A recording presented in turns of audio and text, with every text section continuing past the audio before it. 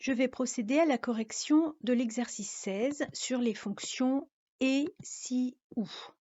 Donc déjà, pour commencer, vous avez l'habitude maintenant, je vais mettre en gras, centrer les titres verticalement, horizontalement et renvoyer à la ligne automatiquement.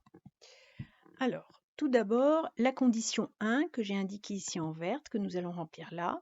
Le représentant travaille à Toulouse et il a une ancienneté strictement supérieure à 5 ans.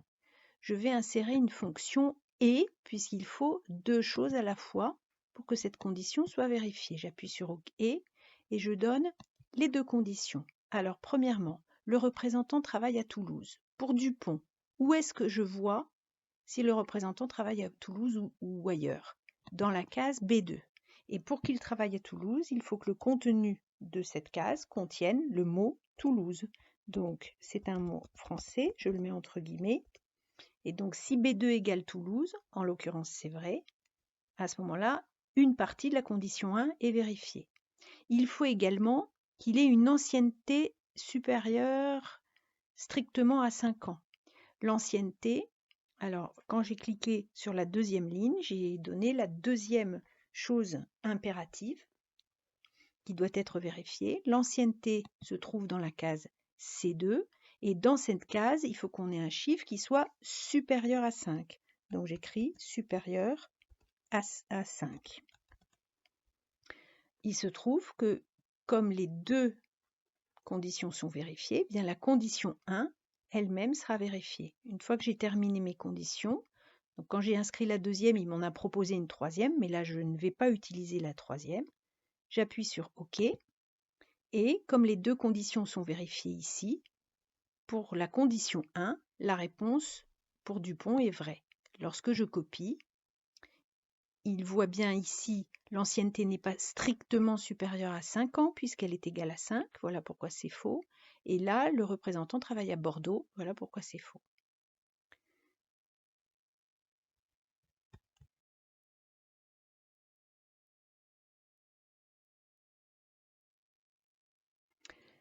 Je vais m'occuper maintenant de la condition 2.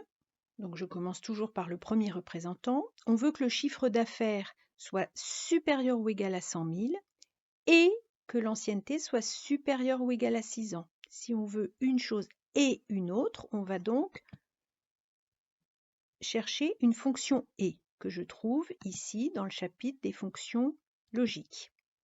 OK.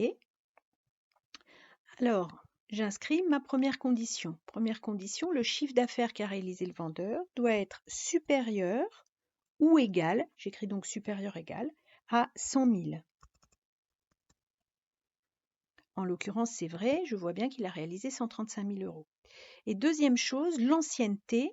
Alors l'ancienneté, elle se trouve dans la case C2.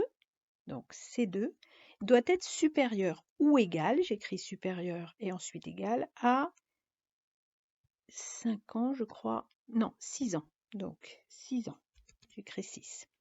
Mes deux conditions sont placées. Donc en l'occurrence, c'est vérifié, 10 ans et plus de 135 000. Je recopie et je vois bien qu'ici c'est faux à cause du chiffre d'affaires qui est trop petit. Et là, par contre, c'est vrai à nouveau.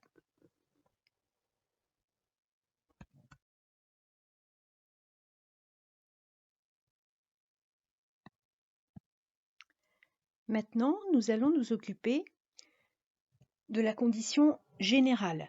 C'est l'interprétation de la phrase qui nous dit « l'une des deux conditions est vérifiée ».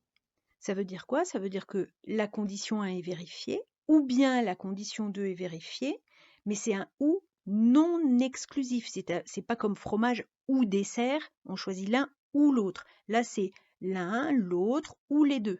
Il suffit que l'un des deux soit vrai pour que la condition soit remplie. Donc, on veut la condition 1 ou la condition 2, c'est justement une fonction « ou ». Donc, j'insère ici une fonction « ou » que je trouve toujours dans le chapitre des fonctions logiques. OK. Et là, je vais dire soit la condition 1 est vérifiée, soit la condition 2 est vérifiée. Comment je vois si la condition 1 est vérifiée? Dans la case F2. Si la condition 1 est vérifiée, à ce moment-là, F2 va être égal à vrai. Alors, contrairement à tout à l'heure quand on avait écrit Toulouse, Toulouse c'est un mot de la langue française, mais vrai ou faux, pour Excel, ce sont des valeurs logiques, ce sont des valeurs booléennes, c'est comme un chiffre, donc je ne mets pas de guillemets. Et effectivement, ici, considère bien que c'est vrai. Si j'avais mis des guillemets ici, à ce moment-là, il aurait interprété vrai comme un mot, et du coup, il m'aurait répondu que c'était faux, alors qu'en réalité, la condition 1 est bien vérifiée. Donc surtout, très important, pour vrai et faux, je ne mets pas de guillemets. Alors donc, ou bien la condition 1 est vérifiée, ou bien la condition 2 est vérifiée. Donc la condition 2 sur ma deuxième ligne, elle se trouve en G2, et si G2 est vérifié, ça veut dire que G2 égale vrai. Et ça suffit, donc j'appuie sur la validation, et là, je recopie, et donc quand l'une des deux est vraie, là faux vrai, ça donne vrai, mais si aucune des deux conditions n'est réalisée,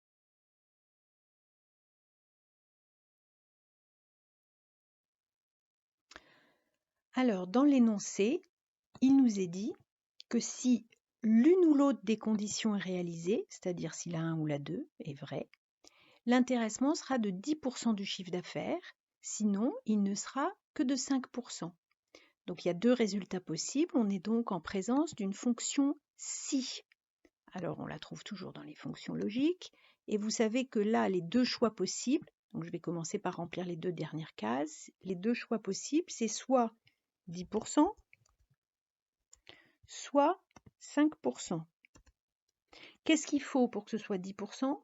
Que la condition 1 ou la condition 2 soit vérifiée. Autrement dit, que ce dont on s'est préoccupé en H2, alors ça va être sur le test logique, ici, il faut que H2 soit vrai, soit vérifié. Si la condition 1 ou la condition 2 est vérifiée, donc si H2 est vrai, à ce moment-là, le pourcentage c'est 10%, sinon ce sera 5%.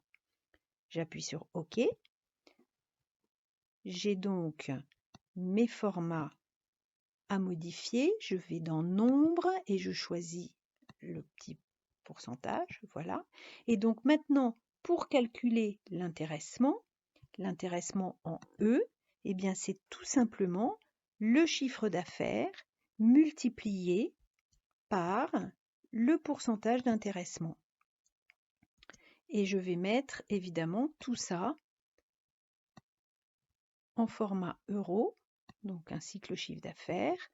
Pour cela, je vais dans Nombre et j'appuie sur le petit billet, et pour enlever les décimales, j'enlève les décimales. Et nous avons ainsi terminé l'exercice 16.